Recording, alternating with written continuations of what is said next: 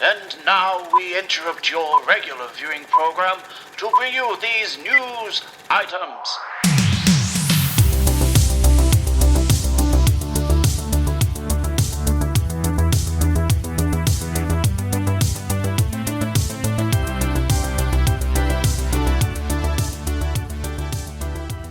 Hello and welcome to Shifty Crab Newsbreak, where we bring you just a pinch of the week's gaming news and discuss the games that we just can't wait to get our claws on. If you've been tirelessly searching the internet for terrible crab puns, then look no further. I am Terry Jeffs and I will be your host for today. And speaking of tirelessly searching the internet, it's Adam Vary. Adam, how is the PlayStation 5 search going? Well, I haven't got a PlayStation 5, so that's how it's going. I'm still searching. Cool. We'll get to that, I guess, more later on the show. And also joining us, will he admit to having a serious bloodborne addiction? Maybe it's Vince Haley. How are you, Vince? I'm doing well, and it's not an addiction if you enjoy it. It's true.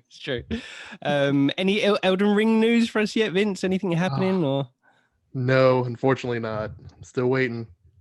Okay. We got some good concept art, but nothing in the way of news or anything else like that. We'll take it. Anything we can get. Okay, well, until we hear more on that, we'll be discussing today Cyberpunk 2077's disastrous rollout and GTA 6 development and more. But first, I wanted to discuss the Hitman 3 reviews are in, guys. Yes. So, first of all, just wanted to just go over a quick roundup of some of the scores that are kind of like being thrown out there. So got a little list here I've seen online. So it's looking pretty good. I think the consensus is it's pretty great. So VG 24/7, they gave it a 5 out of 5. IGN 9, GameSpot 9, GameSpeak 5 out of 5, EGM 5 out of 5, Game Informer 9, PC Gamer 90 out of 100, Attack of the Fanboys 5 out of 5, Destructoid 9, COD Connected 92 out of 100, Press Start 8.5, Games Radar 4.5, Trusted Reviews 4 out of 5, Gamesblog 9. It just goes on and on and on. I think the lowest score that I've seen is pretty much like an 8 out of 10, but generally we're looking at like 9, 10s out of 10s. So it's looking pretty damn good. So Adam, I know that you are particularly looking forward to this title. Oh, I am. And I started to look at the reviews today, and it brought back some of the faith in gaming, like that I lost maybe a little bit over the last few months with something that we'll talk about later. That a game that I have looked forward to just as much as any really big game coming out over the last year would deliver. And it's one of them that you probably knew was going to deliver because they've nailed it in number 1 and number 2. But then to see these reviews, and obviously it's the end of basically the trilogy of them doing this style of Hitman game, or Hitman in general. It's a great way to end it, and I can't wait to play it. I cannot wait. Vince, any experience with Hitman games? The first Hitman game I played was Blood Money, and then I missed Absolution, which I've heard was not great. But then I picked up with the 2016 Hitman. Their pretty much fresh reboot. Love that game. It's very good. Haven't played 2 yet. So this being like their first self-published Hitman game, getting these scores is fantastic.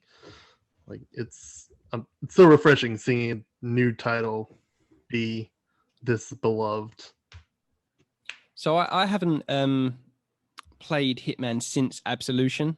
Unfortunately, that's the last point where I kind of dropped up, which wasn't great compared to like some of the classic ones. Like I particularly love Contracts, although Blood Money is really good. But yeah, obviously I've seen a lot of Hitman 1 and 2, like the 2016 like reboots and stuff like that, and they do look phenomenal. And from what I've seen from the reviews of 3, they've just kind of doubled down on that and just improved on it like even more so. I didn't expect it to be. I don't know what I expected this one to be. I just imagined just another iteration of those two, but it feels like they're really looks like they've really refined upon that.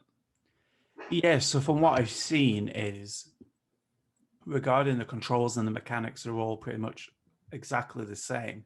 They've added a new camera that you could scan things with, which is a new thing for Hitman. You could scan tech and you could scan different environmental things, I think, and maybe get some clues that way, which is I'm not too sure how it's going to work, but I've heard that it's not a massive part of the game, but it's there.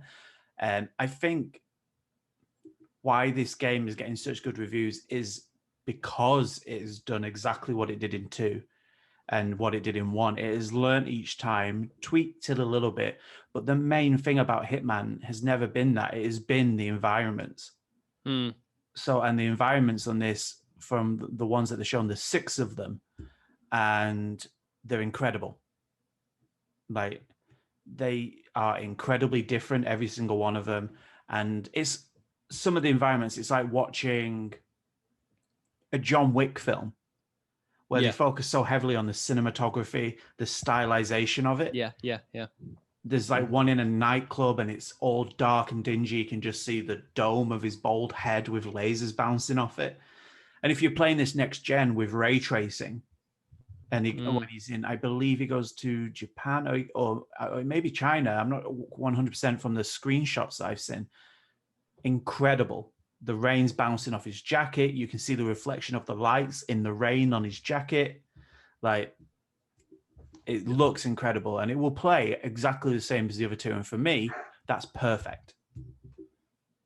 Yeah, I think IO really have got level design down to a T now. I think, and maybe, I don't know if you guys agree, maybe it's to do with the way that they released the Hitman 1 a level at a time. I think was it like a monthly basis? I think it was episodic. Yeah, I think it was one a month. Yeah, and I think by doing that and releasing new challenges, they really had to kind of craft the perfect level, because they knew that these levels are going to be being replayed over and over and over again in different ways. Yep. And even though they're not releasing Hitman 3 in this fashion, I imagine that they've designed each level with that in mind, like with the idea that players are going to be just playing these over and over again. Maybe they'll be releasing new challenges. I'm not even too sure on that one, but yeah, I mean, they seem to have perfected that. They have the perfect stealth game, you know. Yeah, and the way I see it, especially with Hitman, and Hitman 2 especially, I think, because their levels seem to be a little bit more beefed out than Hitman 1's. And Hitman 1's are incredible, but I feel like Hitman 2 just had a little bit more about it, and Hitman 3 so far looks the same. Is each level is like its own game, because each level has a ton of replayability, a ton of collectibles to find, and unique ways to do stuff. And each level is so different. You can't approach both levels the same. You have the same mechanics and stuff like that, but the way that they design a level, like you said, is they've got it down to a fine art, so that each level does feel like its own game. You going to be picking it up, Vince, when you get a PS5? I have an Xbox Series X, so I'll definitely be picking it up. And one thing you mentioned, Adam, the ray tracing, they haven't implemented that into the game yet, so that's even more impressive. I know it's going to look incredible if they do implement it, because as it is, Hitman's always looked good, like really, especially this trilogy. But yeah, like if you haven't seen the screenshots from the game, or I think it's IGN that does a review and they show some video footage, it's amazing.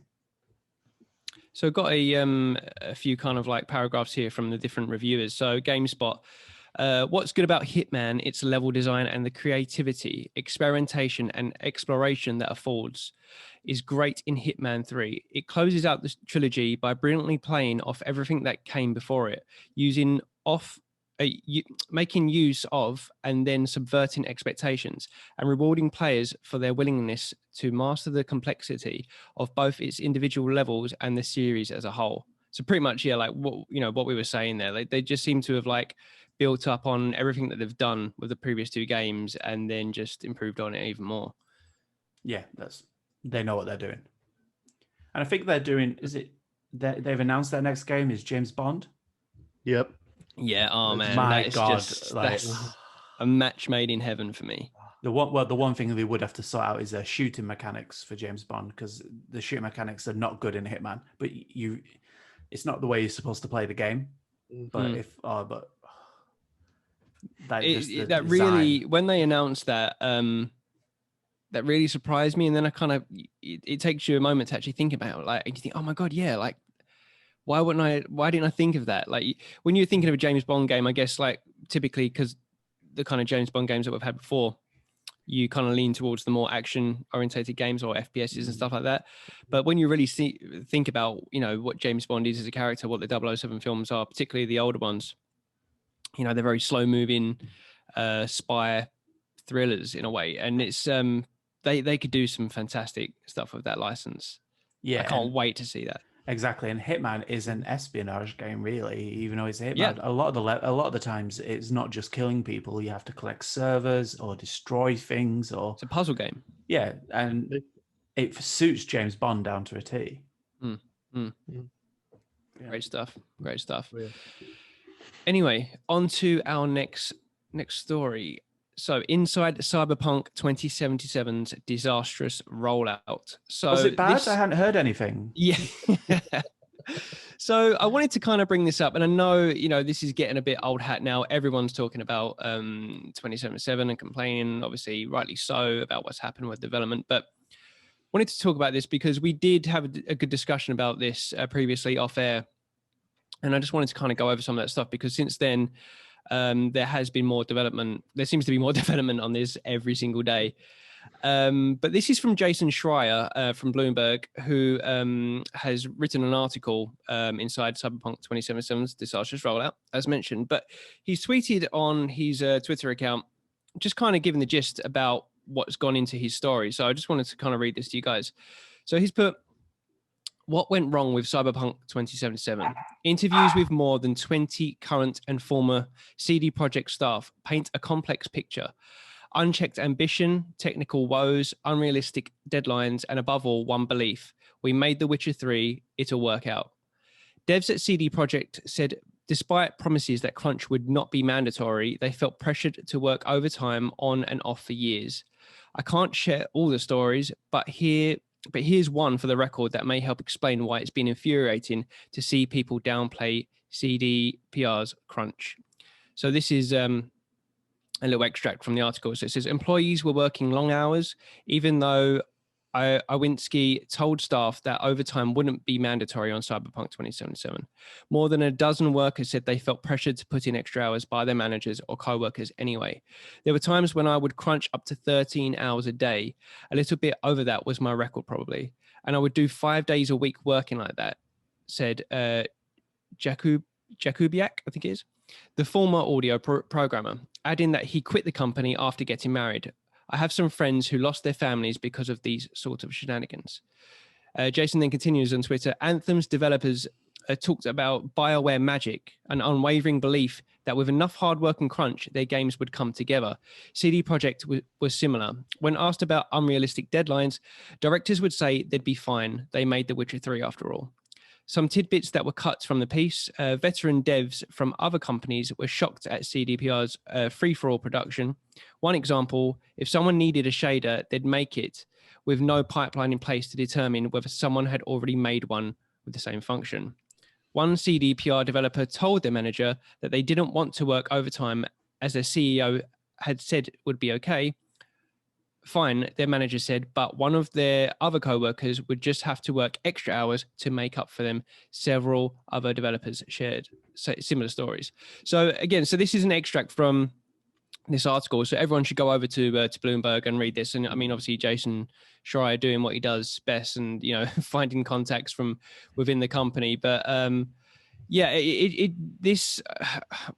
just keep hearing more and more about this, and as I mentioned to you guys previously off air, I find the whole thing just really sad, both as a consumer and as a fan of the developers at CD Projekt Red. And so yeah, I mean, Adam, what's your thoughts in a nutshell? This could be an episode in itself, but in a nutshell, it'd be a very big nut. But I feel that the way they've approached this pretty much from the beginning has just been set up to fail. I think they've gone in with the wrong mentality, the wrong structure, and then getting further down the line, the wrong ethos of basically misleading people. And I think if following on from Jason Schreier's comments, Adam Badowski actually responded to him that Yes, yeah. and basically pulled him out on a few things. But his responses are just as bad because he doubles down on everything and he says, yes, the demo, I think it was, I can't remember which demo he's on about, but the trade show demo wasn't what it was like in the game, but that's how they work. It says subject to change. Yeah. And it's just wrong. They need to just own up and I know they say they've owned up, but they just need to own up and say, yeah, we did force people to crunch. We blackmailed them into it and we shouldn't have. And we did release a game that wasn't ready and we shouldn't have. And we did lie about the state of that game and we shouldn't have. And we misled people about the quality of the game and we shouldn't have. And that's the bottom line, but they won't. It's basically, we're sorry we got caught. Yeah. Hey, but we'll work it out. We're going to do this, this, and this. But the things that they're going to do this, and this on are now going to get pushed back further and further while they sort out all the mistakes they have made. Mm-hmm. I'm at a point now with it where I was really excited for Cyberpunk. I just don't think I'll play it because it's such a bitter pill to swallow, not just for myself, but for the whole way they've dealt with this and how many people have been hurt and who have worked on the game and how much disrespect they throw on gamers by thinking we're all idiots that can't see through their lies, basically. For me, it's nothing that they are saying at the moment is making this any better. Vince? That's just me. I mean, crunch is probably the worst part of this industry right now. I mean, especially with the way that they've handled it. I know you read a quote in there. One guy was getting ready to leave, and then the manager basically said, well, we'll just push this work onto someone else. That's not how you do things. I mean, if the CEO was going to excuse you from, it's not mandatory crunch, it's still mandatory if you're still making someone else do the job someone else didn't do. You're kind of forcing that onto someone else, which just comes down to management. And that's just kind of the whole story here is management really fucked this up, basically. There was no communication between the teams, obviously, because you said someone was working on shaders that they didn't know that if someone else is working on, that's poor communication on the management's part. It's just the way this whole thing has been handled just blows my mind of how much that's fallen apart. God. Yeah, and totally. And as you said, Adam, it's you mentioned the demo that they kind of pulled apart, and yeah, in the piece, Jason spoke to members of staff, which basically said that the demo that blew everyone away, I think it was like a year ago or something like that at E3, wasn't real, and there was that's what they kind of responded with, saying, look, you kind of don't understand how this works in game development. Obviously we were showing you a slice, but the argument was that actually that demo, there was things that have been improved. And I get that, obviously Jason's going to be pulling up some things which are his job is going to be, he's going to be pulling this apart. He's not going to make them try and paint them in a good light here. No. But at the same time, as you said, they knew what they were doing. And it really upsets me because, as I said the other day to you guys, CD Projekt Red have built up so much goodwill over this gen, with The Witcher 3 and the Witcher series, and how much they kind of didn't charge for extra DLC, and they very, the Witcher 3 alone was such a chunky game, such a really good high value game, and I just hate that this has tarred their reputation going forward. And obviously their own fault, but I think this is going to be completely lying with the higher ups and the pressure probably from investors and stuff. But I can't wait to one day see a really in detail documentary, possibly from like Daniel Dwyer at NoClip, who did a huge CD Projekt Red documentary going over the Witcher series, and I'd like to see him revisit them at some point and really get to the meat of this and what happened. And I'd like to see some of those higher ups come forward and maybe be a bit more truthful than they are now, because as you said, they're coming forward with an apology, but it's an apology and then they kind of say sorry but not sorry. Like they don't really own it that they released this PlayStation 4 and Xbox One version in completely unplayable states, which they must have known. And it purely must have been a financial decision just to recuperate some development cost. Obviously, and I'll just add just to what you were saying there about a documentary and something like that, and I totally agree. I would love to see a documentary on this, but you've got to be looking at 5 years before they're going to be willing to do it, because at the moment all they are trying to do is save face very badly. But they're trying to save face. There's not, and the only way to have that documentary be a good documentary is if they're honest, and they're like, and then I don't think they're ready to be yet. No, it's going to take some time to kind of put this behind them, and in between, then they've got to fix everything. They've got to build up that trust again, build up that goodwill, and you would imagine by releasing the next kind of big DLC packs for that free of charge. I mean, they surely couldn't. I don't know. I mean, do you think they'd do that? Do you think they'd actually? I think they will, but the question will be: is the game can't run on old gen? Okay, so it can't run on the PlayStation 4 really, and it can't run on the Xbox One, not well. And it doesn't matter how many patches they do or fixes they do, they're not going to be able to get that into a good state. So realistically, what is the DLC state going to be? Or are they just going to release the DLC for the current gen? Like, what are they going to do? Because surely that DLC is being worked on for a while. Yeah. Surely it's going to have the same problems that the old gen can't cope with what they're throwing into it. So do they strip the DLC down and make it less than it was going to be? Do they alienate the PlayStation 4 and the Xbox One and say this DLC is for current gen? Or do they just do what they've done all the way through this, release it on both and hope for the best, and then try and fix it to some state? Because I truly don't believe that this game will get to a strong state on current gen. I don't think it can. No, they can only do so much.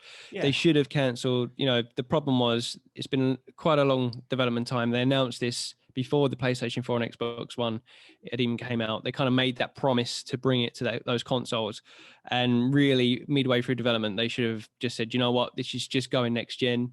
Because, even if they fix all these bugs, they fix the problems, it's never going to be able to hold a candle to the PC version or the next gen version. And for me personally, as I said to you the other day, one of the main reasons why I wanted a PlayStation 5 on launch day was to play Cyberpunk 2077 on it at the best way that I could. And but now I'm just gonna hold off, and I'm gonna wait until the actual PS5 version. And because I still think that, from what I see, there's a fantastic game there. It was taken out of the oven too early. We just need to sit and let it bake. They need to do what they got to do. I'm very happy to wait and just, see how it comes out. I will say one thing that they write in here that is ridiculous. This is when he was responding to Jason Schreier, and it was on about the demo. Yeah. And he says, and you can find this, obviously, this is a response directly to Jason Schreier, that the final game looks and plays way better than that demo ever was. There is no way that on any state that game looks better than that demo did. No. Maybe plays better because that wasn't a playable demo. that was just a video, clearly. Yeah. After all of this. But that is just a blatant lie. Yeah. Like, blatant lie. But anyway, But yeah, I'm sure there are nice aspects of the game. I just can't play them. So well, speaking of games that you can't play yet, that I know you want to play, Adam. I do. Rockstar developers patent new NPC tech potentially for GTA 6. Now, we were talking the other day about the possibilities of GTA 6 and when it will release and stuff like that. And literally 5 minutes after we came off a Zoom chat, this news dropped. And yeah, I was quite excited. So I just wanted to just quickly read this is from Matt Purslow at IGN. So a patent filed by Take-Two Interactive details a new Rockstar-developed system for managing NPC navigation, with details explicitly referring to vehicle, road routes, and behavior. The patent application, entitled System and Method for Virtual Navigation in a Gaming Environment, was filed by Rockstar parent company, Take-Two, in April 2009 and was recently discovered by Reddit users after it was published in October last year. The system described within it was developed by Rockstar's lead AI programmer, Simon Parr, and David Hind, Rockstar's Associate Director of Technology. The new system is designed to create a realistic virtual world that is not limited by hardware and software limitations, which is a response to conventional systems that are unable to produce the kind of NPC behaviors players expect within the limits of current processor and memory bandwidth. Now, this article kind of goes on a little bit further regarding that. You should head over there to IGN to check it out. But basically, what we already know is that, you know, GTA 6 is in development, but it seems that they're really trying to push the boundaries, as Rockstar normally do, in terms of the AI, looking for what seems to be a cloud-based technology to do things that have been unprecedented in terms of NPC behavior. So, Adam, I mean, you're a big GTA fan, so Yeah. this must be music to your ears. Oh, it is. Like I said maybe 2 weeks ago when we were talking about what we've been playing, that I'd gone back to GTA because I'd played Watch Dogs Legion, which I thought was a pretty decent game, but the driving wasn't fantastic. And it was the same in Cyberpunk when I tried to play Cyberpunk because of the lag and stuff like that. And there's been quite a numerous things about the driving not being great. I just wanted to play an open world game where the driving was good and that the NPCs had some sort of AI, like when you're driving around. Obviously, It's not great, the NPCs, but this is a game changer. If it, like, in the sense of an open world setting, a modern open world setting as well, the NPCs are going to be able to react more naturally, and they won't all react the same. It goes into stuff like realistic braking distance and reacting to like traffic and traffic lights, and just generally just acting like real traffic, real cars. Like they're just you know how we used to be like kind of blown away. Oh, your camera's gone out, Adam. Oh. I'm back. How we used to like with each new GTA come out, we'd kind of be wowed at like, oh my god, yeah, apparently you can like follow a pedestrian around and they just do their daily routine like all day. I mean, they would do stuff to a certain extent, but then they would just kind of loop. But I think from what we're seeing here, we won't see a closed loop. We'll just see this like behavioral stuff that's completely based on cloud networks. Yeah, and the one worry that you maybe have is that it means you'll have to be online to play. Yeah. Obviously, which some people don't like, but I think that is the world we live in now anyway, because a lot of people have cloud saves, and most people are connected online anyway as soon as they turn on their console. So I'm not, and for me that's not a problem. I think I don't think there's many companies that understand what an open world, real world needs to feel like better than Rockstar. Yeah. And they've had enough experience doing it. And especially GTA 5, which is obviously the monster of all games, like especially with the online side of things. But the story itself is really good, and the world is even however many years it is since that came out, still a very real world to drive around. It still hasn't been bettered, in my opinion. I mean, Rockstar are the only people in terms of world building. Rockstar are the only company that can outdo themselves. Oh yeah. I think GTA 5 was the only thing that outdid GTA 4 in terms of building a city. Red Dead Redemption 2 is the only thing that outdone Red Dead in the open world environment. Vince, regarding how successful GTA 5's done and GTA Online, I should say, is GTA 6 going to be an online game focused? Like, are we not going to get like a single player campaign? Is it going to be completely interwoven, do you think? I think that's something that might be in the cards for them, but I don't see them doing that. If there's one other thing that Rockstar is really good at, it's narrative games. I mean, you look at GTA 5, Red Dead Redemption, they nail that open world storytelling better than anyone else does right now.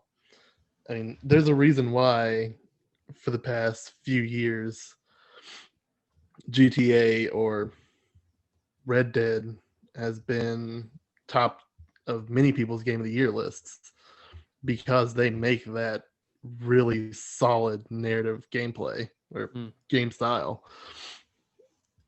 I don't see them shifting focus to an online exclusive game. I could potentially see them doing GTA Online as its own separate thing alongside GTA 6 for people to kind of play around in GTA 5's online, move it over to like a GTA 6 style. But I don't see them making an exclusive non-narrative game. No, I don't think it'll happen. I think because the Rockstar, obviously, all people wanted from GTA 4 was more DLC when they released the expansions. I think it was the Ballad of Gay Tony and The Lost and the Damned were the main ones for that, and people love that. And all people wanted for GTA 5 for a long time was single player DLC. And every time there was going to be a massive update, everyone was like, I wonder if it's going to be single player DLC. They're going to do it. Did they? Because No. I know that we did. But did the masses want that? Because it seems like what's I'd really say taken so. off is the multiplayer, online multiplayer. The multiplayer takes off, don't get me wrong, and I think that's its own entity. But the main thing that's excited people, for example, the main thing that's excited people with the new online expansion, the new island, is that you could play those heists single player. Like myself, I don't mind playing with my friends online and stuff like that. I don't mind that, but I'm not a huge online gamer. Like, for me, the best part of GTA is the story, the world. I will happily go jump in a car and just drive around and listen to the radio or whatever, or see what happens. And I think a lot of people do feel that way. And I think that's why there is such a clamoring for GTA 6. Because people want a new world, a new story, new characters. And I can't imagine Rockstar not doing a story-centric game and then do that first and then throw 10 years into the online and make a shed ton of money, cover all of their costs about 5 times over, like, and then roll in it, because there's no company in the world that has the money that Rockstar do. To make games. They can afford to put all of their resources and make a single player GTA story bigger than any game you'll play, and then go and build the biggest online playground that you can have as well. And because they know that they'll probably make that money back just from GTA 5 still. Well, when your game is almost 10 years old and it's still hitting the top 10 of the sale charts every month, then they can afford to do it. I've got to echo what you said though there, Adam, because one of my disappointments were with GTA 5. I remember playing the game through and finishing the campaign and thinking, my God, like, this map is so vast and diverse. Like, there's going to be so many different stories told here. Like, because we had, as you said, Lost and the Damned and the Ballad of Gay Tony for GTA 4. I thought, there's going to be more than 2 for this one, because there's just so many things you could do here, and we got none. So that's the thing that really, I know people were crying out for it, but obviously they thought, well, it's best to put our eggs into this basket over here online, because we're just generating money through, I don't know, the world currency that you can buy, and the shark dollars or whatever they are, and the DLC packs and stuff like that. I just hope that they don't, and I'm sure they won't, because of what they did with Red Dead 2. I hope they don't lose their way as telling these fantastic narrative games. I think it's two different teams, isn't it? I think it's two different teams. For Red Dead and No, for the GTA story and then GTA and the Online. online. Oh, okay, right, yeah. Online got moved over to a different team, and I think some of the people that did GTA moved on to Red Dead, right? And they do the more single player story, and the online is. I think the online teams are more shared. Yeah. I think that's how it is, and I'm the same. As I wish there was like single player DLC for this. There's so many characters you met, and there's so many ways that they could have used this map in so many like different stories that would have been brilliant, and they didn't, because they were making so much money on GTA Online, and I don't think they realized how much they were going to make on GTA Online and how well received it was going to be.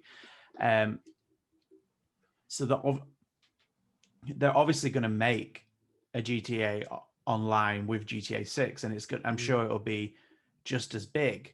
In fact, I don't think it will be as big, but I think it will be because I personally think it'll just be GTA 5.5 online. I don't think it'll be much different. I think you'll be able to pick between the maps potentially. I know we spoke about it offline before, but the story-wise, it'll be massive. If you look at what they did with Red Dead 2 and GTA 5, they only ever get bigger. Yeah. So what I would like is one player, like one single character to play as. Oh, really? I don't care. I don't care who they are. I don't care, male, female, whatever. I do not care. I feel like you get, even though I love GTA 5 story, I feel like one character is you bond a little bit more with them, I think. And I personally I'll be happy with whatever they do, I think, but would rather have that. But this new NPC tech just spells great things for what I enjoy in the game, which is just exploring and driving around and immersion. Immersion, getting stuck in traffic jams in a game instead of real life. One of the things from the Rockstar games, which I always feel like is really underrated, is the sound design. Not enough people talk about the sound design. Like, you could just be standing in the middle of a street somewhere and you've got your headphones on and you feel like you're in a city. You hear everything, and it's crazy. So much ambience in the game. Yeah. It's wonderful. Anyway, so just wanted to kind of finish up today and go to you, Adam, with the PlayStation 5 watch, and just give us a bit of update personally of your own struggles trying to obtain this console, and what's going on in the UK market with the stock, at least. So I'll give a very quick recap to you guys. I know you know the story, but people listening won't. I had it pre-ordered when it first got released, the exact same way as you did, Terry. Yeah. Probably at the exact same time. I watched the video, I got the pre-order in. The announcement, COVID obviously got worse, like as the year went on, etc. And my job got made redundant because of that. So I thought I'll do the good thing and I will not get my pre-order and then put the money, because I just moved house, put the money into the house, etc. Then Christmas Day, my wife says, "Oh, I'll buy you a PS5. You know, I've been looking and I'll get you a PS5." And I was like, "That's great." And she's like, "Yeah, you just need to find one." I'm like, "Okay." Still no. Today there was a drop on Game, and it was basically sold out in minutes. Same with John Lewis, they sold out in minutes. And the issue is that they're going to bots, basically. There's some bots, and I'm not going to give them the credit of their name on here, but they were bragging and showing that they'd bought 2,000 PlayStations through multiple accounts all at the same time, saying it's easy work, and it's been picked up by some mainstream British media, and it's just improving impossible, especially because of lockdown. And in the UK, we're still in a lockdown, so only essential shops can be open. So they're your supermarkets mainly, but they don't stock the PlayStations at the moment. So the shops where you would get them from, your electronic shops, you can't go in. So everything has to be done online. So the bots can just get there every single time. So it's almost impossible. Like, and every day is a new battle. But today, not successful. So how does this even get, how do we get around this? It's just, I don't think you will until lockdown ends. No. There has to be physical stock, and people have to physically be able to go pick it up to prevent bots being able to do this. Because if they're bots, they can't go and collect 2,000 PlayStations. It's one per person. It makes it a lot harder for them. Well, then they would actually have to send it out to the stores. Because here in America, it's the same problem. Bots scooping up online. But even actual physical brick and mortar retail stores, because again, America, we're open. Nobody has them. They haven't been shipping them out to like GameStop or Walmart or anything like that. You look on the shelves and it's just empty. So that's also kind of part of the problem. They're just putting all stock online for these bots to buy up and not sending anything to the stores. Yeah, and I don't think you can stop them, because I'm not sure. But obviously you have the I'm not a robot, the CAPTCHA stuff, but sure the bots have found a way around that now. Like surely that doesn't seem to stop them. They know what a traffic light looks like now. So yeah. But then when I click on it, apparently I don't. But so I don't think there's going to be a way around it during the current situation. When more shops are open and maybe more deliveries can be made so you can get more stock, then this might ease up a little bit, because people can place their pre-order online, get a time slot where they can go pick it up, so you don't have mass queues outside. Yeah. And say it's pick up only, we're not doing home delivery. Maybe the alternate, so the one batch they release saying this batch is only going to be pick up, the next batch will be home delivery. So if you're not able to get there, you still have an option, but at least give people who can physically travel there and aren't a robot a chance of getting it. Now, they probably won't do any of this. Today, Shop2, which is a shop2.net, they have tried to release some stock. Their website's currently down because everyone jumped there. But all they were doing is saying, if you buy more than one, we'll charge you £20 extra. But the scalpers don't care about that, because they're getting about £200 extra per console. So it just means they get £180. Like it's not stopping anyone. All Shop2 are doing are making money off the scalpers for that. So I don't have the answer for it. Like what they should do is just send me a PlayStation. Anybody send me a PlayStation 5, and then everything's fine. No, it does need to be looked at. Come on, Sony, we'll review games for you, whatever you want us to do. At the moment, I can just review games that come out on the PlayStation 4. So but I'll get one eventually.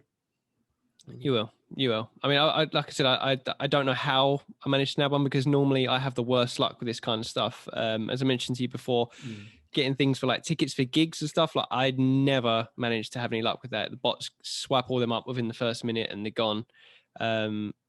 So yeah, it seems like that to the extreme right now, which is really frustrating. But although obviously it is a really botched release, and it doesn't look good in some ways in regards to like PR in terms for PlayStation, in the long run, I think this can only be a plus for them, because it's created such a demand for them that all I ever see online trending is PlayStation 5, because people are just all tweeting about that they want it, and because it's that thing you can't get, everyone wants it.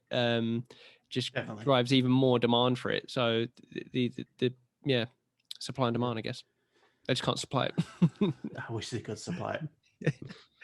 Great. Well, I guess we'll have to wait and see. Will Adam get a PlayStation 5 maybe by the next news break? We'll have to wait and see. Probably not. Catch up with us on Friday, I guess, because that is the end of today's show. But yeah, we will be back for another news break for Friday, where we'll be joined by myself, Vince, and Destiny, I believe. That's right. Yeah. So have no fear, we will return. But until then, it's goodbye from me. It's goodbye from Adam. It's goodbye from Vince. And we will see you soon. Until then, keep safe and keep gaming.